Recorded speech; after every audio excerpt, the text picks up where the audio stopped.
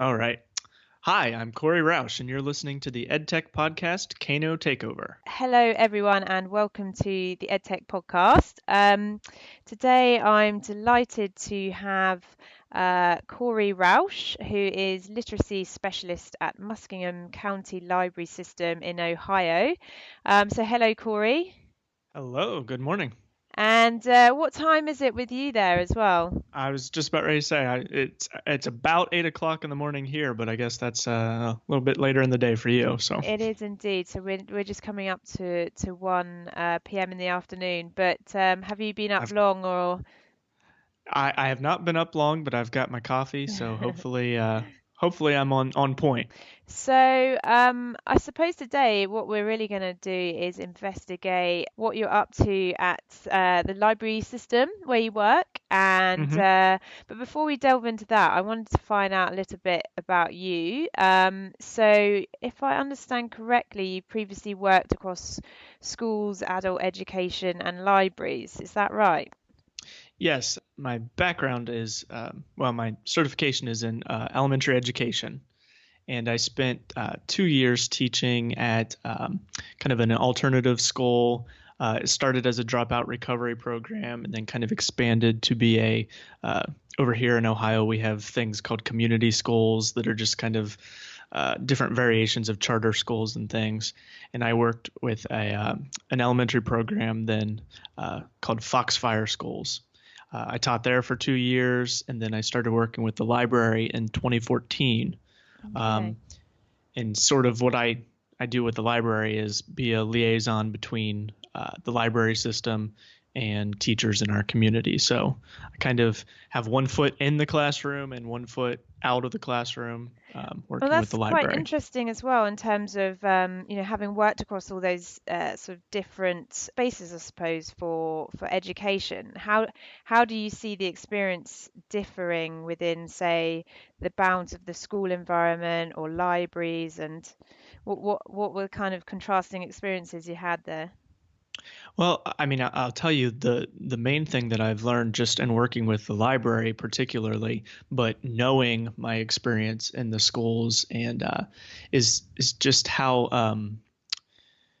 we think that kids spend a lot of their time in school. It's easy to kind of think that those 6 or 7 hours or so that they're spending in school adds up to be a lot, but really they're spending a huge amount of their time outside of school.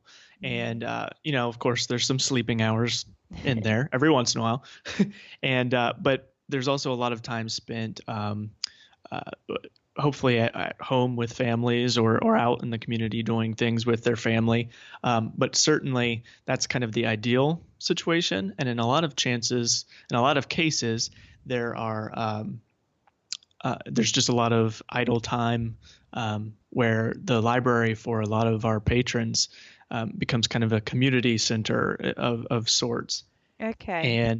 And so I've really kind of found that there's a lot of potential to harness that time and that we don't want it to just be 2 more hours of school at the end of the Hmm. day, but at the same time, how can it be a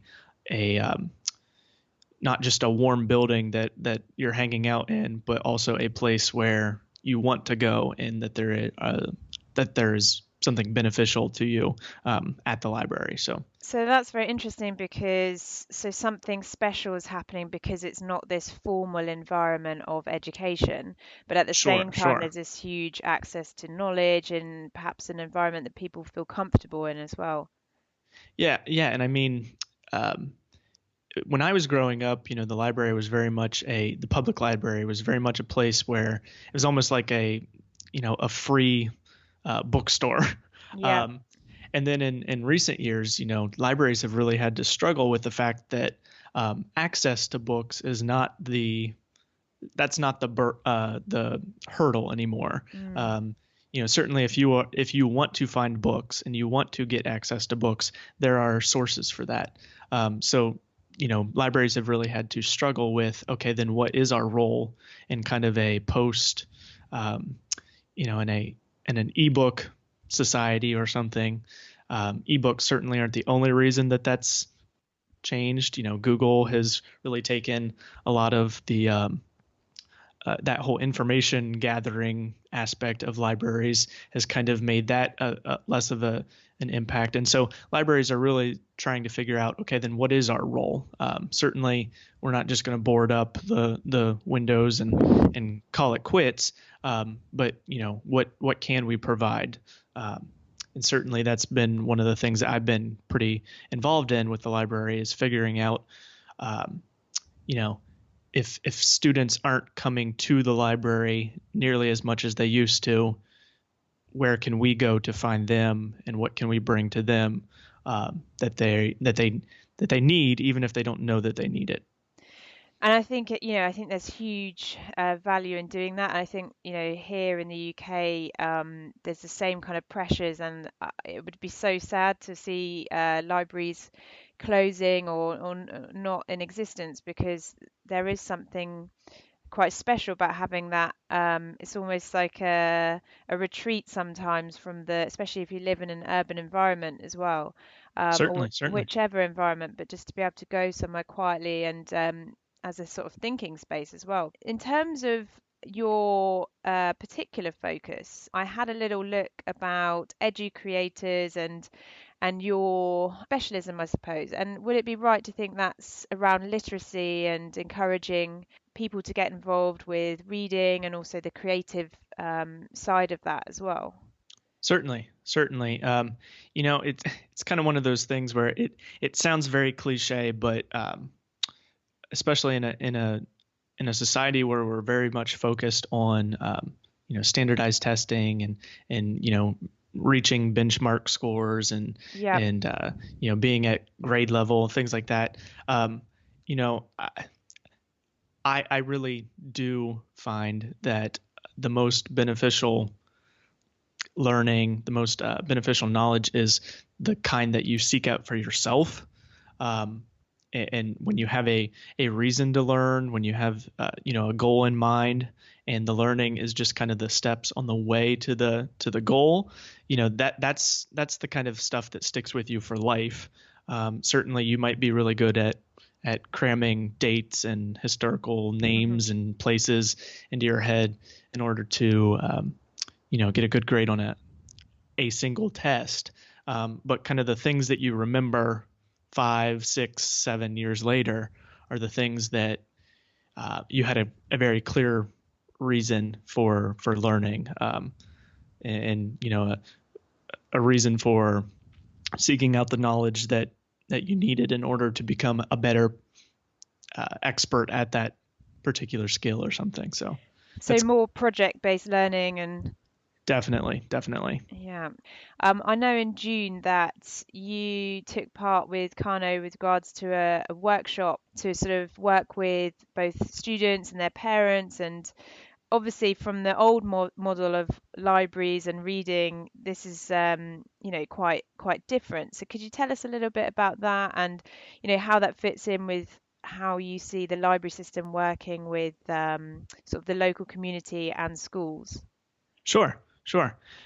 Last fall, in kind of preparing for 2016, I was trying to find some different resources and things for programming, and I just kind of stumbled upon Kano, truly, and saw the kits and thought, oh, okay, well, this would be kind of neat. Well, basically, I attended South by Southwest, the education portion, back in March, and just kind of by happenstance, as it happens at these conferences and things, ran into some people from Kano, and we got talking about Kano. And at the time, the thing that I was probably the most impressed with, we had already received our Kano kits by the time in March where I ran into them. And so I'd already gotten a chance to kind of open up the kit, take a look at the pieces. The thing that I was the most impressed with, and still am, is just the instruction manual. And if you haven't had a chance to see kind of the instruction manual that comes with one of the Kano kits, it is a work of art. And quite frankly, from my background in education, also just a perfect instructional guide. It's exactly what the students need. It's exactly what draws them in and engages them. It's very creative and colorful, and the artwork is great, but it just gives you just enough information to say, all right, I know how to proceed, but it's not, kind of, I don't know if this reference should track, but it's not like an IKEA Do you know furniture what? manual. That was my next question. How does Yes. it rate versus the IKEA manual? I mean, certainly in terms of simplicity, I'd say they're probably on the same level. But I guess what I would give the Kano guide credit for is that it doesn't hold your hand through the Yeah. process. It just gives you just enough information so that you're not sitting there going, I have no clue where to go next. So there's still room for, there's still room for exploring and kind of working to figure out what you need to do next. And I kind of gushed over that instruction manual for probably 5 or 10 minutes. Quite remarkable. I feel like, it's I was going to ask you, and we'll get onto it later on, but which are your favorite reads, but perhaps the instruction manual is up there. Well, again, it's in education, sometimes it's the details that count, and something like that. Especially because, and I guess to get back to the question, I knew that when we did our workshop with Kano, I wanted it to be very much in the hands of the kids. And so that instruction manual being the way that it was set up, I trusted that I wouldn't need to hover and kind of be on hand to read sections of it or to clarify different things. That I trusted that it would give the kids the guidance that they needed, and then be able to move on from there. But to get back to what you were saying there, as far as setting up this workshop, once we had the kits in hand, and once I had talked to Kano at South by Southwest, I knew that I didn't want to just have a workshop where a bunch of kids sat around and we opened up the box and took out all the pieces, put them together, and then said, all right, goodbye. I really wanted kind of the focus to be on the significance of being able to build a computer right there that morning out of a box with no real prior experience needed. You saw on the blog post that I kind of included there, it didn't happen this way by some grand scheme, but kind of the figurehead for the workshop definitely became Ada Lovelace. Yeah, I saw that. So that's great. Yeah, and I guess kind of she just kind of embodied that spirit of, she was discovering uncharted territory. And certainly had her own reasons why uncharted territory was a significant thing at that time. But what I really wanted that workshop to be focused on was, why do we have computers? Why do we need computers? What do computers allow us to do? And kind of charting the course of computers and programming over time. We showed kind of a quick little PowerPoint at the beginning where I really delighted in this part because, there are just so many comical pictures of computers throughout time. Yeah. The thinking machine, the analytical engine already kind of looks, of all the pictures of computers over time, it looks kind of the least funny. But certainly there were some things during, the Cold War and during World War II, where these computers filled up entire rooms.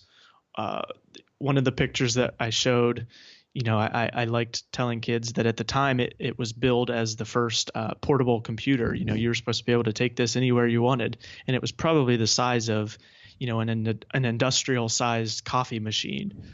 It certainly was not a thing you were going to toss into your backpack on the way And what did the kids out think the of door. that? it's really one of those things where I think they I could already see the gears in their head kind of turning and thinking, well, wait a second. Like I know what my mom and dad's computer looks like, and I know what my teacher uses at school.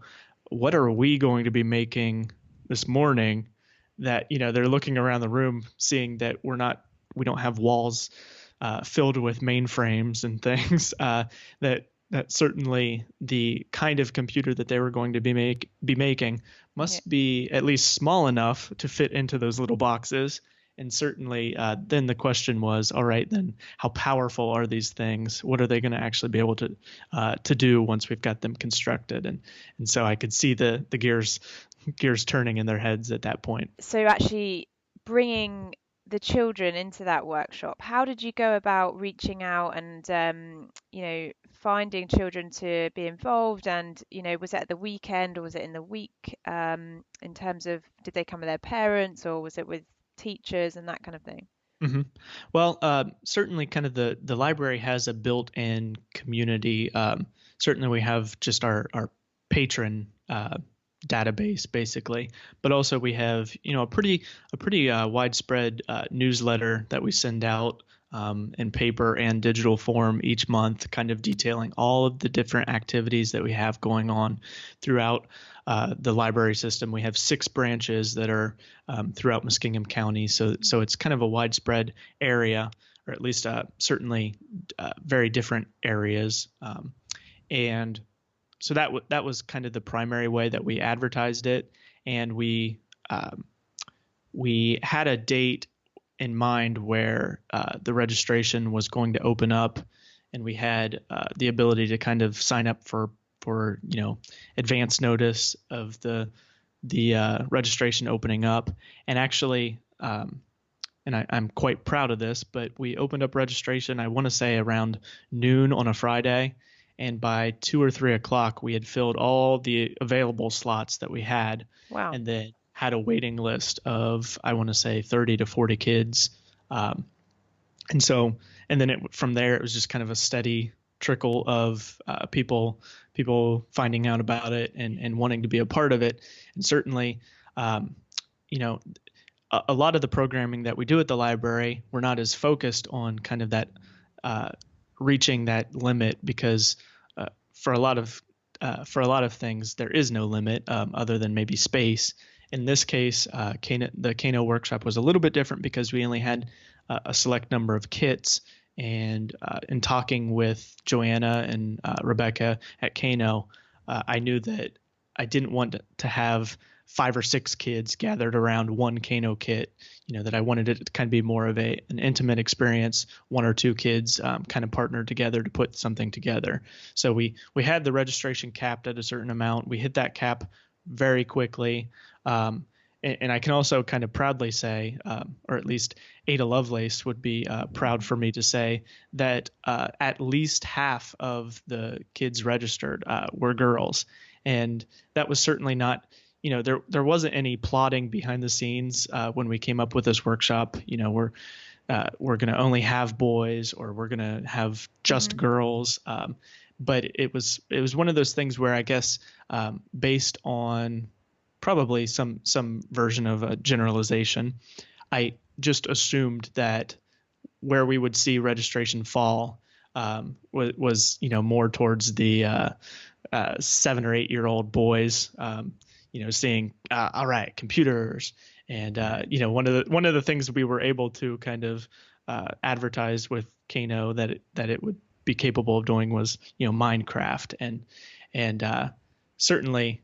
There are girls, obviously, because we met them that day, who are just as interested in all of these things, and so it was really neat to be able to look at the registration list afterwards and say, oh yeah, it almost fell just about 50-50, just as it should. And what was the age range of the kids involved?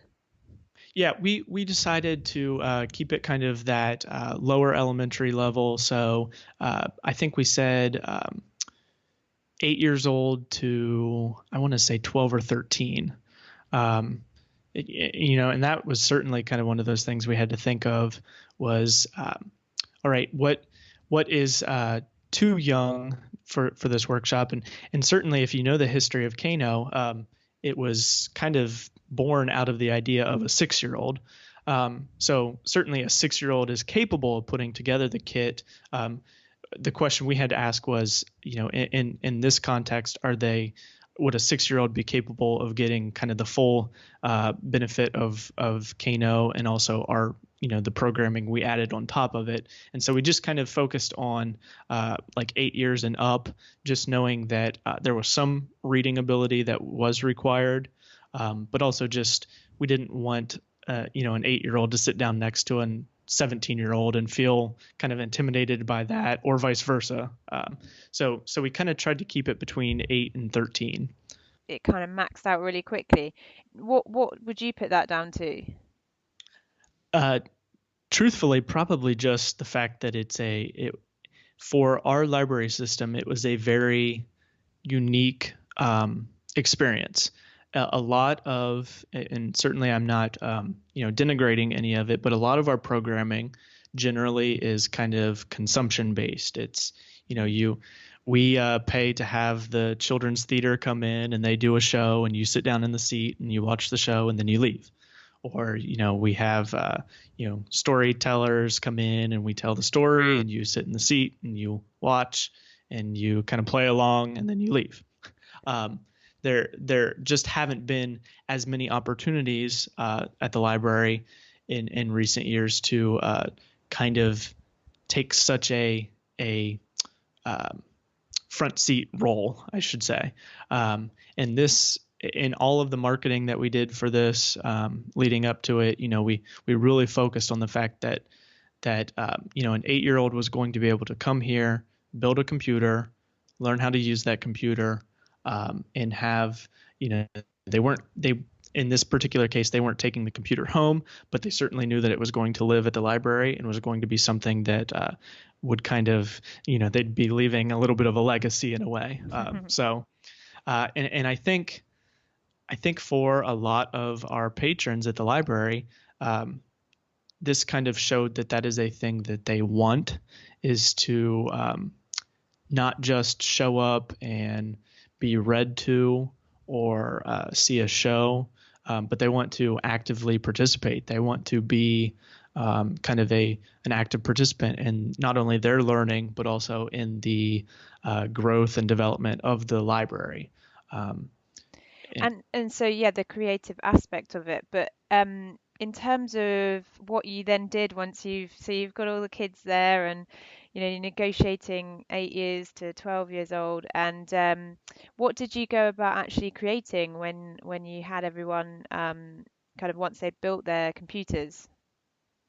Yeah, and that was kind of the thing that I learned pretty quickly, and I guess the advice that I would give to anyone who is thinking about doing one of these workshops themselves is to allow for plenty of time to do this. I think we had allotted 2 hours maybe, and I spent probably the first 35 to 40 minutes, reading the Ada Lovelace book and kind of doing a more of a whole group teacher led instruction, and before we actually split up into the pairs to work on the kits. And it was difficult for me ahead of time to know just how much time the kids were going to need to put together the kits. I had certainly already gotten one out and put it together myself, and I'd like to think that I probably did that probably at about the same rate as a kid would, maybe a little bit faster. Certainly I had the enthusiasm that was necessary to get it done pretty quickly, but I really didn't know how much time they would need. And the interesting thing that I found was that students needed more time to build the kits and get the kits running than I thought they would. And it wasn't that wasn't a result of anything that the instruction manual or the pieces or the assembly, that wasn't the reason for it. The reason really was, for a lot of these kids, it was the first time they had met Mm-hmm. They didn't come in.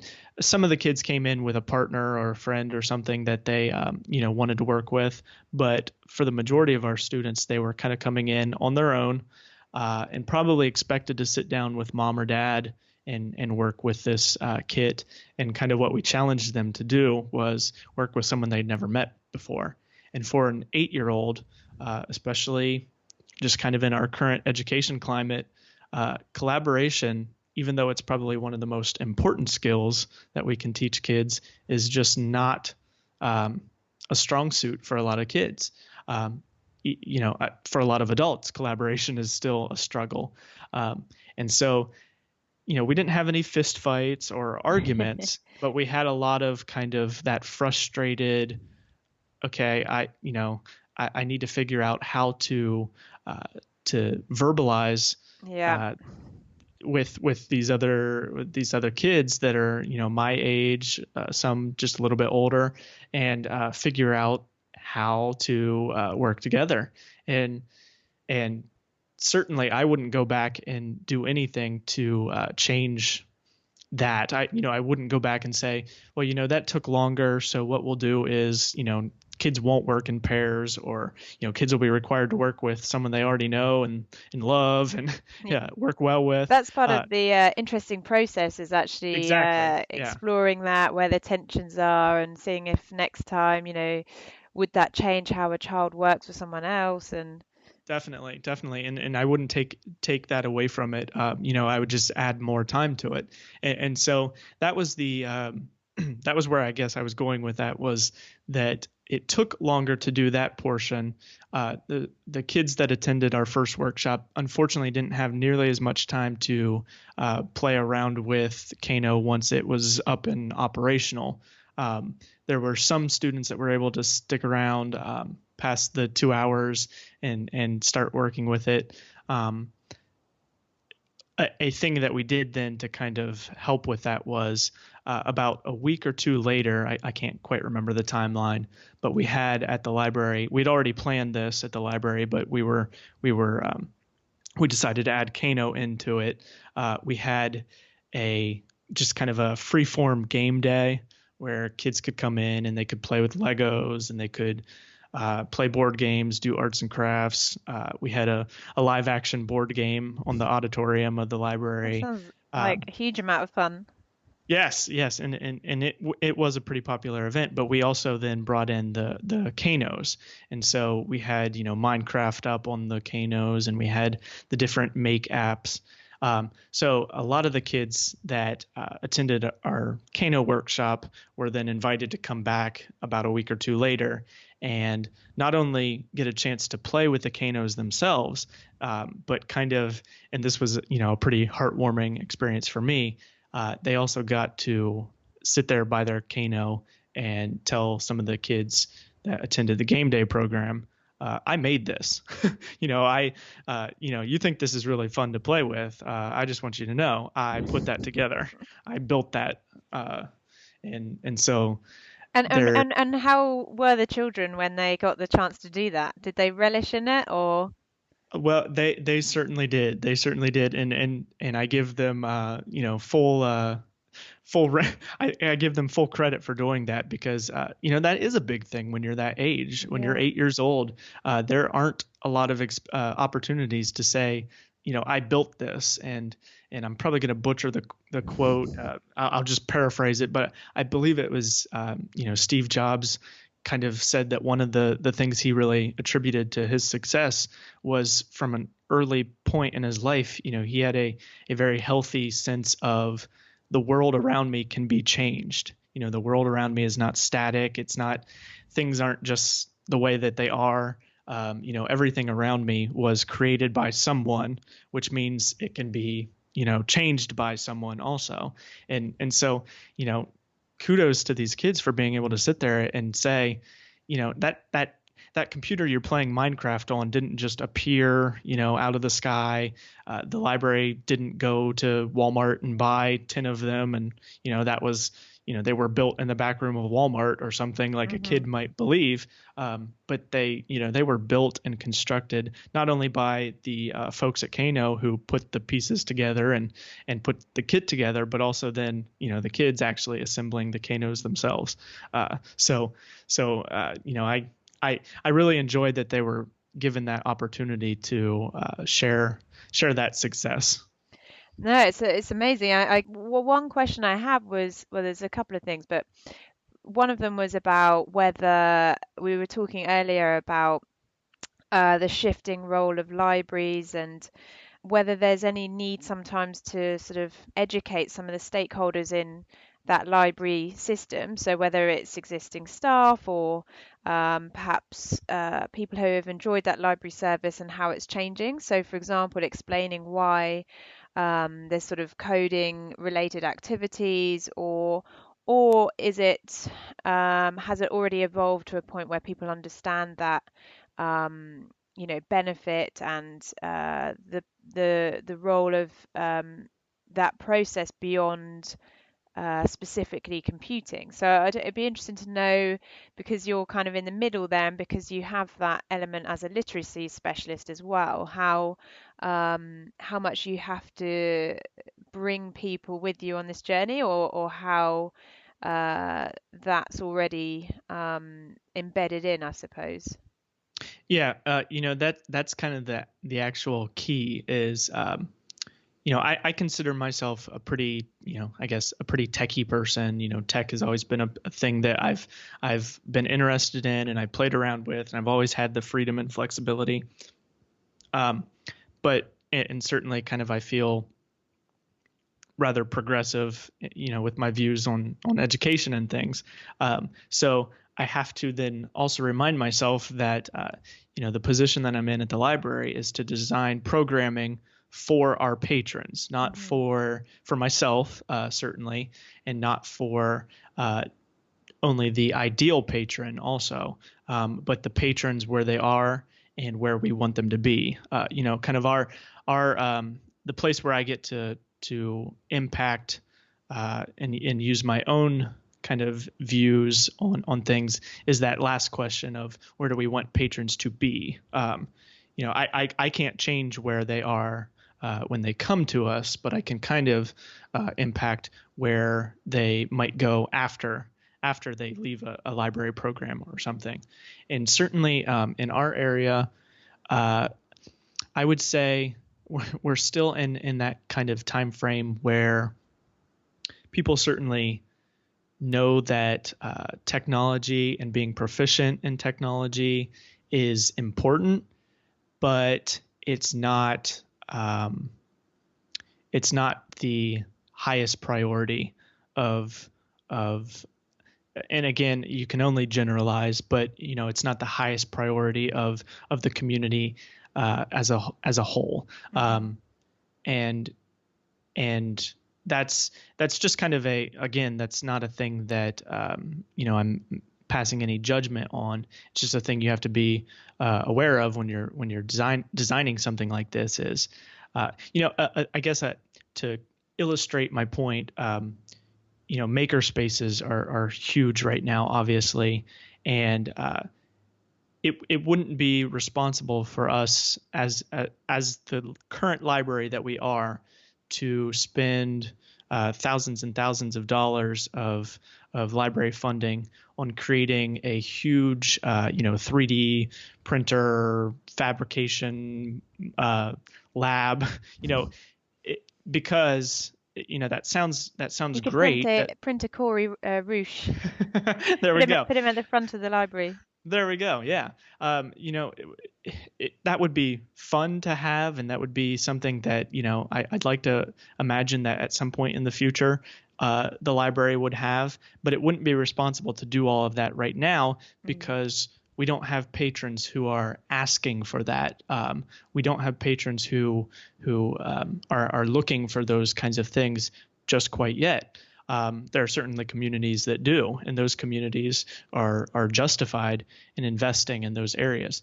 We're certainly kind of in that same phase where it's like, okay, we all understand and agree that technology is important, and now what is our place in that? Um, and so to get back to the question, I guess there was some definite resistance to the idea, definitely internally at the library, not because they didn't see it as, not because other library staff didn't see it as important, but they had some skepticism as to the free form nature of the workshop. You know, really you're just going to have kids just kind of open up a box, and at the end of the 2 hours, a computer is going to be sitting in front of them. And some of that is just not having the knowledge of what Kano is, and that truly is what they've invested their time and money into, is making that a possibility. But also just kind of pointing to, you know, what I said earlier as far as library programming being very focused on consuming experiences, and you know, that's kind of been the for a long time, that's what libraries have been known for, is, okay, I go there and I have a question. I have some random obscure question about something that happened in 1983, and I go to the library and they're going to find me, 5 books that help me get to my answer. And in the age of Google, that's just not necessary anymore. And what's kind of interesting is that the history of libraries, public libraries in general, if you really look at some of the first public libraries that existed, they existed at a time where books were not cheap to print. And so therefore you ask yourself the question, well, so wait, these libraries were filled with books and books and books. No, they weren't filled with books. They were basically just open learning spaces. They had maybe a few books sitting around because that was kind of, necessary for whatever purposes the library served at that time. But they were mostly open learning spaces, places for collaboration, places for craftsmen and tradespeople to kind of come in and work and kind of teach knowledge. And yeah.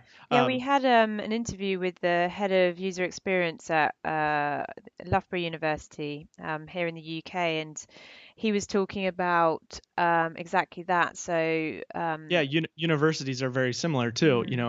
Now we think of them as places where you go and you sit in a lecture and you kind of you leave with knowledge, kind of that model of I opened up my head and knowledge poured in.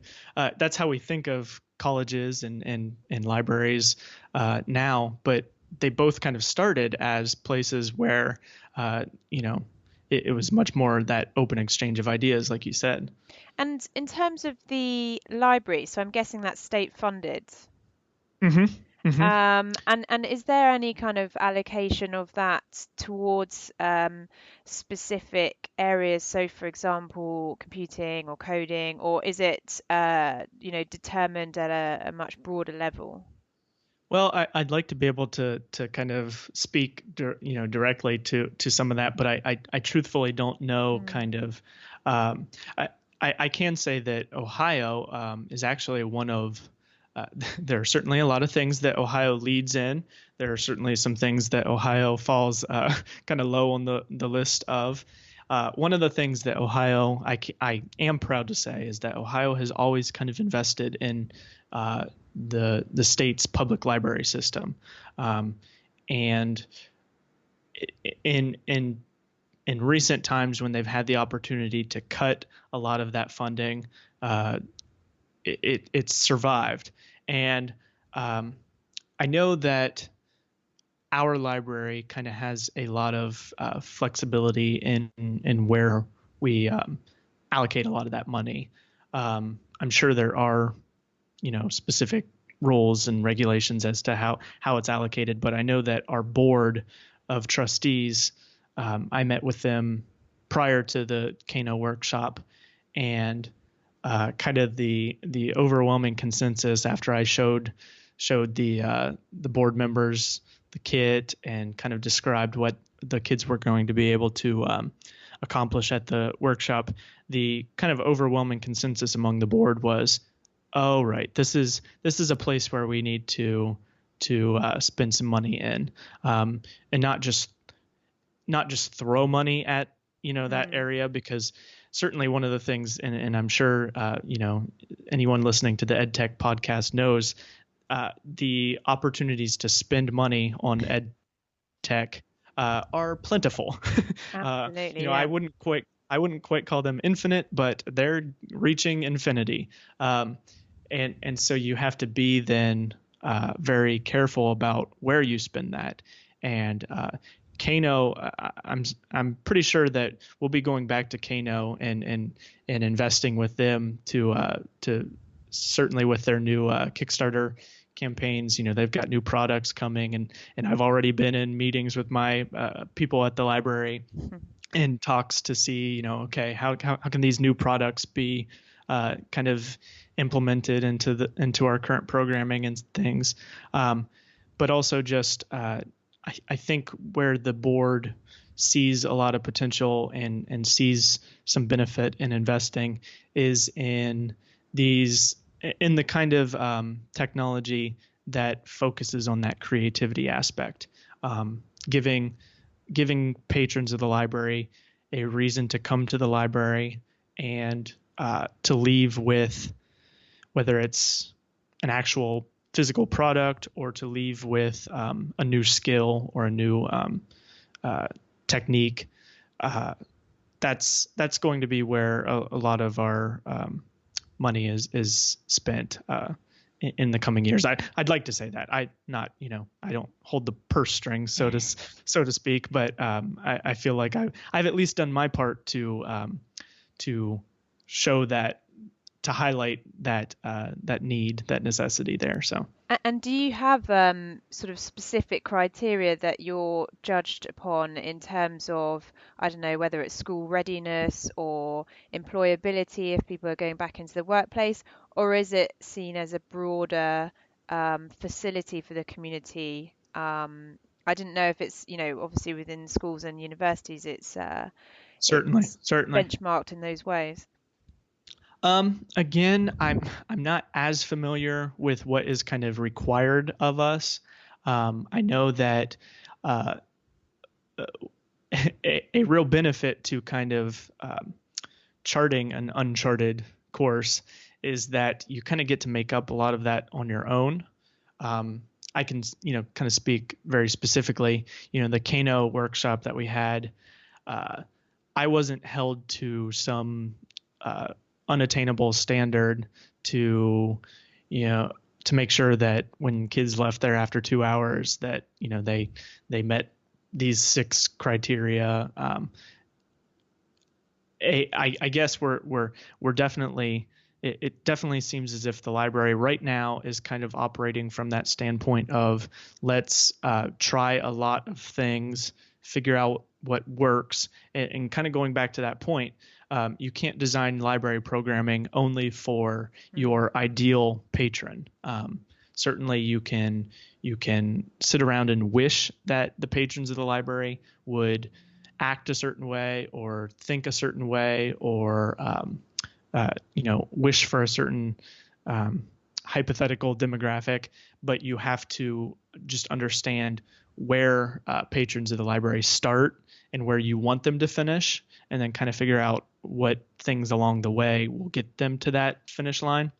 And so we're able to make up, we're able to make a lot of those decisions kind of on our own and say, all right, what is important to us? And certainly some of the things that you highlighted are at the top of our list, employability, school readiness, things like that. Those are all criteria that we're thinking of when we make those decisions. We're just kind of, in a way, I'll be kind of candid. We're fortunate that we're not sitting around having to meet kind of quantifiable goals in those areas just quite yet. I'm sure probably it won't be long before those things, someone does come in and say, all right, now, a successful program will result in blank number I hope of. that wouldn't be my fault for introducing this question. I'd feel dreadful. Yeah, I'll have to go back and play Yeah, this as a reminder. I'll No, be um I'll be there, you know, chased off of and Twitter. I'm not so radical as to believe that that kind of thing would doom us in any way. Mm. But I'm enjoying that right now we have a lot of freedom and flexibility in that area. Well, and it goes back to the point at the beginning that there needs to be, or there is currently enjoyed a difference between the school environment and what you do at the library, and that can be an opportunity to embrace different people and kind of get them introduced to different experiences as well. hmm Well, and a thing that fortunately we haven't, our library hasn't had to deal with this in recent years, but certainly within the last decade or so, is every once in a while you do have to go back to kind of the taxpayers of the county and say, all right, we, if we call them tax levies here. I'm not sure, how that kind of tracks across the globe, but every once in a while you have to go back and ask the taxpayers for either more money or to kind of continue spending the same tax money in certain areas. And so, every once in a while we are held to a very tangible level of accountability, which is kind of, at that time, during that election season, you kind of have to prove that the library is doing all of the things that it kind of promised. And certainly one of the things we've found during those times is that, there are varying opinions as to what the library's function and role is. And for a lot of people, that role is supposed to be, I pay my tax money and I expect to see books on the shelves and computers, at the study carrels. And, that's what they think the library should look like. And then you also have then, your demographic that really focuses on what services, what new and unique experiences can I get from the library. And you need kind of a mix of both, obviously. The library certainly wouldn't be as nice to walk into if all of the shelves were bare and, all you heard was just the clicking and clacking of keyboards. At the same time, it doesn't need to be kind of that stale, musty, Yeah, you walk pages. in, everyone be completely silent, and, it doesn't need to be that way either. Yeah. Kind of a nice mix of both would be perfect. Interesting. And what I thought was really interesting is your kind of not frugal, but the way of embracing Kano in terms of okay, let's have this amount of kits and let's try these workshops. hmm Um, obviously has helped with the buy-in of support as well. But so you obviously mentioned that you retain those kits. So do you do those workshops every couple of months, or what do you do with the kits now that you've kind of started that process, and what's kind of next for you with regards to them? hmm Well, the plan is definitely to do kind of recurring workshops. I'll admit it. I'll admit that the start of the school year has kind of, pulled me in a few different directions, and so we haven't had a follow up to the Kano workshop in June just quite yet. I certainly by the end of 2016, I think we'll have brought back some of those kids that participated in our first Kano workshop. I would really like to have kind of a workshop that focused more on what Kano allows them to do as far as programming and using some of the Make apps and things like that specifically. I'm sure we will have another workshop kind of that follows in the same format of assembling the computers for the first time and talking about the history of computing, and going back to there are new products coming down the line from Kano that I'm sure we will be looking at using, and I actually have a proposal for next year's budget to experiment a little bit with the Sphero products. I'm sure you're familiar with Yeah. Sphero, and they have, I think they call it the Sphero Spark is the newest product they have, which really focuses on, okay, not only do I have this cute little thing that rolls around and lights up, but what can I actually do to program it and make it a functional device. So I'm hoping that in 2017 we'll have some newer areas, some newer products to kind of experiment with. A lot of kind of the name of the game for me at the library has been doing a lot of these small kind of pilot projects, really seeing, especially with something like this, where, certainly the Kano kits are, they're kind of depending on how much money you have available to you. They're either relatively cheap or they're relatively expensive. And so, if I had went in and said, we're going to buy 100 of these and hope that 100 kids show up, I probably would have not gotten that approved. So, we had to kind of start small and kind of prove that the interest and the enthusiasm was there. Yep. So that's why, going back to saying, we had 30 or 40 kids on the waiting list.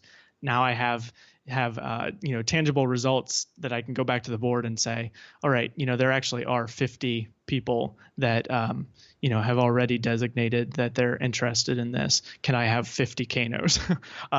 And maybe they won't drop their jaws and stare at me just as quickly if I ask with that evidence behind me. But yeah, that's a big suggestion from Richard Calato as well. So I don't know if you're familiar with him, but he's formerly involved with EdTech in the US government, and I did an interview with him, and his big thing was, exactly that. Don't do the big, ambitious, crazy sure. Don't go in big. Just start with a pilot project, prove it, and go from there. And definitely kind of keep tracking and keep adapting to be on the right track. Yeah, because I'd be lying if I didn't say that, in my head, what I would have loved is to have, 100 Kanos and 150 kids, and, everyone would have been there. And at the end, they'd just all hug each other and give each other a big high five and walk away. And I'd have 150 new, software engineers exactly, yeah. in the making. But you have to start with what you're capable of actually achieving, and then figure out where the potential actually is. Cool. Well, so just to wrap up, so how was South by Southwest, and did you come away from that event with any kind of trends just for people thinking about some of the issues in the US specifically? Sure. South by Southwest, this was the first year that I had the opportunity to attend, and it was I'm sure there are people who have been there year after year after year, and they're probably maybe it's getting a little bit less impactful in their life, but certainly I kind of walked away from it going, oh, okay, now I'm re-energized. Now I have some renewed enthusiasm, and to a certain extent, that's what the purpose of these kind of conferences and gatherings is to kind of, we're all kind of throughout the year, you're kind of isolated from each other, and, you're in your building and you're in your community. And maybe it feels at times like you're kind of on your own little island. And then you go to one of these things and realize, ooh, there are a lot of people who, think the things that I think are important are just as important. That's what I was going to ask you actually as well. Is are you part of any? Is there a sort of library system association, or that is sort of a collection of your peers in what you do? Yeah, certainly. Our library is kind of a member of the traditional library organizations that are out there. We have the ALA, the American Library Association, and the ALA has a bunch of sub groups. There's one for school librarians. There's one for librarians and youth services. Certainly different things. In fact, I'm pretty sure that there are more than I can kind of keep track of. Yeah. But and then of course we have things that are more designated in kind of the education sectors, but are open to people. ISTE obviously is kind of one of those groups where you could have you could definitely fill the convention center with just teachers of technology, but it's also opened up to so many different stakeholders and things like that, and library specialists and things. But one of the things that, going back to what you were saying about South by Southwest kind of trends and things, and it sort of feels as if and I of course I cannot remember her name. Maybe you have it. The founder of Little Bits. I don't have it on the top of my head. I can't think of it either. She was one of the speakers, one of the keynote speakers, and it seems as if probably the trend this coming year will be kind of a continuation of maker spaces and kind of creation, things like that. I know that some of the most interesting sessions that I sat in on this past time were there were some people there from Finland, which of course, for anyone in education, Finland is kind of the the promised land. Yeah. We sit there and we think, oh yeah, that's the way. But I was able to sit in on a session, Posse Sahlberg. I believe I'm pronouncing that correctly. He did a great presentation on what actually makes the Finnish education system work. And, that was one of the most interesting ones I sat in on, because kind of the inclination is to sit there and think, well, it's probably just because, it's such a smaller country and, they're not as spread out. And, there's this magical thing about that region of the world where, kids are just born with this innate ability, and, all of that. Yeah. All of that is kind of like what you assume. But really, like, what he was saying was it's more, they've just found kind of the perfect mix of high quality education, instruction, training their teachers, training their schools, but also fixing that gap between, that equity gap, that idea that a school here is the same as a school next door and down the street and across state lines, and is, that's right. Because I did an interview with a gaming company, which is some of the former team that were involved in Angry Birds, and they are in Finland. They're launching this gaming studio called Lightnet, and Pasi, I believe, was one of their advisors.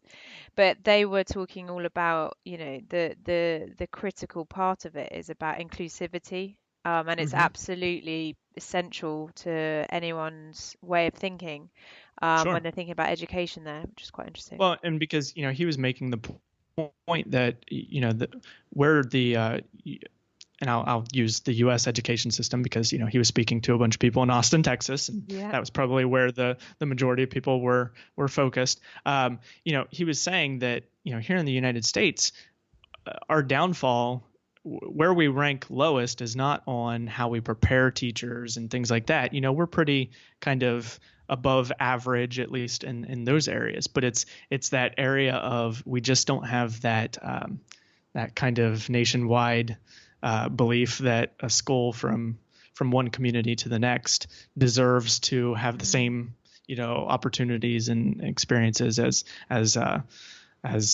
all of them, I guess. So so final questions, just because I know you have to start your day. So you also run a podcast under the handle @EduCreators. Yes. I just recently, podcasting has always been something I've been kind of interested in, and I've certainly listen to my fair share of podcasts. A lot. I don't have a cable subscription here, so TV is not something. I don't have TV on in the background like I was used to. Growing up, that was just kind of the norm. Was the TV was always on in the background, and you kind of float in and out of programs. For me now as an adult, that's become podcast. I kind of almost always have a podcast on in the background. And so, and do you have like a top 5? Any you'd like to? Oh, wow. I could maybe get back to you. I don't know if off the top of my head I could come up with a great list. There are some that I listen to purely for the entertainment portion, and then there are certainly the ones where when I'm more in a I want to sit down and actually have some real thought and some real having my thinking really opened up. Then there are some that I kind of float towards for that. There are some that are just great for just listening because I live alone, and you want you want kind of your friends sitting around the table with you at times, and podcasting is great for that. So in the last year or so, I really kind of challenged myself to actually do some podcasting on my own, and it's very much still in the developmental phase where every once in a while I have an episode that comes out, and but my kind of focus is on finding kind of getting in on the ground floor and talking to educators, obviously starting with the ones that I have some connections with already, but just seeing, okay, what are the kind of the unique things that you're doing in your classroom? Not just, how are you raising test scores, and what are you doing with iPads, things like that, but actually just kind of seeing like, okay, what are some of the cool things that you're working towards, and then I have just kind of another variation of that, that's just kind of me musing about current events and education and things like that. And I kind of call that the morning announcements version of my podcast. Okay, cool. So for those times where I don't have an interview on hand, instead I just kind of go down through kind of a list of some of the most recent headlines and just kind of talk to myself about them, talk to the listener. That is kind of the strange thing that you learn with podcasting, especially if you choose to kind of take that format of a single host kind of just talking into a microphone. It seems like it'd be very isolating because it kind of seems like, well, I'm just talking to myself. But as soon as you get a few repeat listeners, you realize like, oh no, they're not sitting here directly with me right now, but they're here in spirit, and pretty soon they'll be listening to this, and then we'll have kind of a dialogue, whether it's in comments or email and things like that. And so those are all the things that's the fun bit, when people contact you and let you know they're listening in, or I listened in on the bus, or I thought this episode was really good, and you're like, oh, definitely this person contacted me from Australia, or and there's a whole world out there. But okay, so that's at EduCreators, isn't it, on Twitter? And actually that's our Twitter handle, and you can also just visit EduCreators, educreators.org. Cool. And then do you have your own Twitter handle? I don't know if you have one for the library you want to let people know about. Yeah, my kind of personal Twitter handle is Cory Roush, CoryRoush. And I've kind of evolved with Twitter in the last few years. For a long time, I was very active in a lot of the EdChat discussions, and it's kind of which ones did you used to take part in? What's that? Which ones were you a fan of when you were taking part? I can also proudly say that I was kind of in on the ground floor with Twitter pretty early on. And so I've seen kind of the most basic ones. EdChat obviously is kind of the one that's probably lasted the longest, certainly in kind of the education area. And then of course you have kind of your ones that branch off of that. There's an EdTech hashtag that's pretty, yeah. And probably now, after I've already shared my Twitter handle, it seems as if right now what I I'm tweeting about more than anything else is Big Brother, the I wanted to the ask about that. television series Big Is Brother, that which what it was? Okay. here I am sitting here thinking, oh yeah, share that with all of the listeners, and then the very first experience they'll have is my random musings about Big Brother. Maybe for some of your listeners that'll be a Popular nice little culture. overlap. They'll be like, oh okay, yeah, I can tune in for his not frequent, but his occasional deep thoughts about education and technology, and then in the meantime, I'll hear about the latest gossip on Big Brother. The equivalent here would be if you look up hashtag GBBO, so Great British Bake Off. That's Okay. You'll find a whole rich experience of British banter, I'm sure. And like I said, I remember being on Twitter in the early days where, every tweet came to you as like a text message if you wanted it. And so I'm sitting here thinking it's a good thing we have the tools now in place where you can, mute certain hashtags. And so there, I guess, would be my advice to anyone who wants to follow me on Twitter. Follow me. And if the Big Brother tweets get to be too much, figure out how in your Twitter client to mute that hashtag, and then you'll be none the wiser. And then the final thing, so being a literacy specialist, do you have any top reads? So I tend to put together like Okay. from the interviewees, I've got about 3 now, Oh boy. reading lists from various guests that we put on Yeah. Goodreads. So are there any, that could be in terms of education innovation, or it could just be books that have influenced you, or any that you would like to recommend to others out there? I should have known this question was coming. Probably, and this, it would surprise me if this was the first time that one of your guests mentioned this book, but Linchpin by Seth Godin is kind of a game changer for me. It was one of the very first books I read where I read it and thought, oh, okay, there's more here that you're capable of than kind of what you thought before. And I'm sure probably, as I say that everyone who has read Linchpin has probably had that thought, and therefore I don't know how unique and special each of us are, but Seth Godin would probably say that what sets you apart from everyone else who has read the book is, okay, what have you actually done then? And starting a podcast, or writing your own book, or just even those are all kinds of things. Just having the mindset to challenge yourself, like, what am I going to do next, I suppose. Yes. Not resting in and not sitting in front of the cable TV.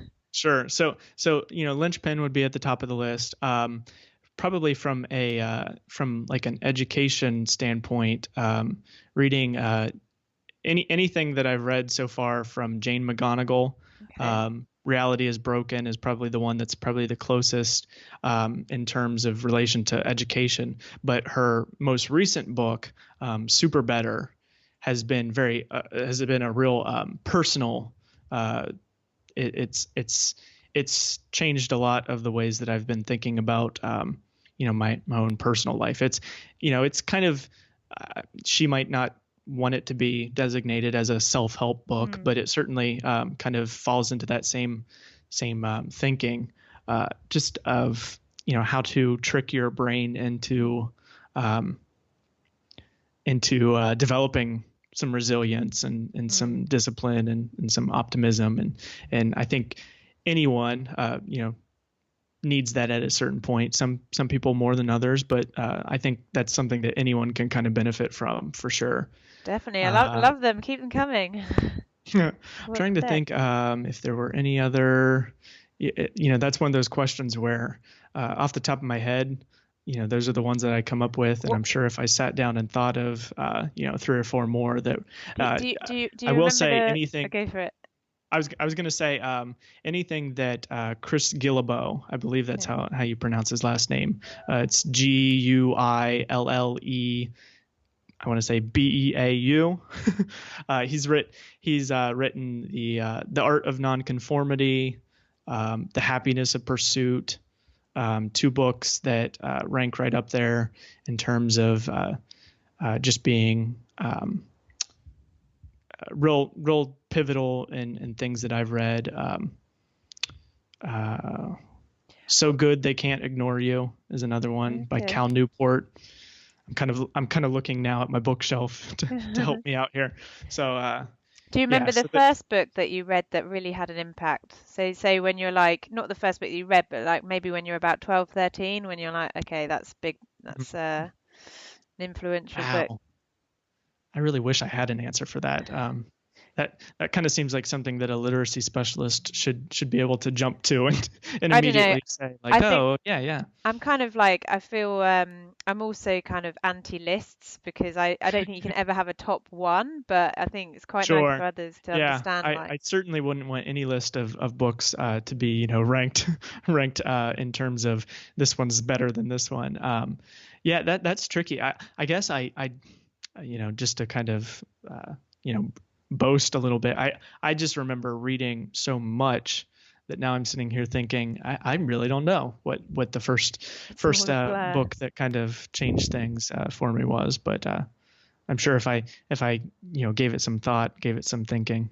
Well, we'll add that one, but no, that's a fantastic list. I think my challenge is I keep getting recommended all these books. I have to go off Well, yes. and Probably the take some better time. list to share would be the books that I want to read. Yeah, you that's know, true. certainly that list we'd be here for another 25 minutes or so talking about just the books that like you said have been recommended to you and that you want to read.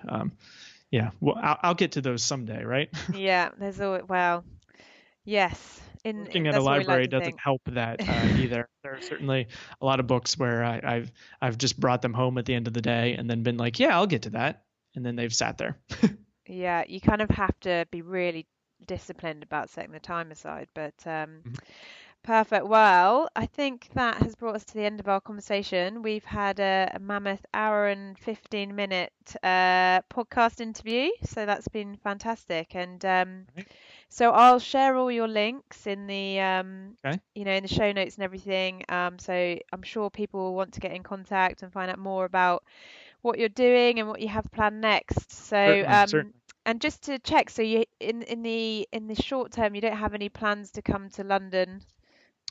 In the short term, I do not, unfortunately. Yeah, It's part of my not quite my bucket list because I hate that term, but yeah. it's definitely on my list of places where I want to visit, and certainly now that I've met people from Kano, if Kano, if you've got any parties coming up, I'll try and schedule We've got a party schedule next week, a trip around that. the EdTech podcast launch party, but you have to Ooh, come to there we go. the next one, or maybe That I'll I see was going to you. say that might be too short of notice Yeah, for right now. So slightly expensive flights, but anyway, it's been amazing to speak to you, and let's stay in contact. And if you ever are in London, come and say hello as well.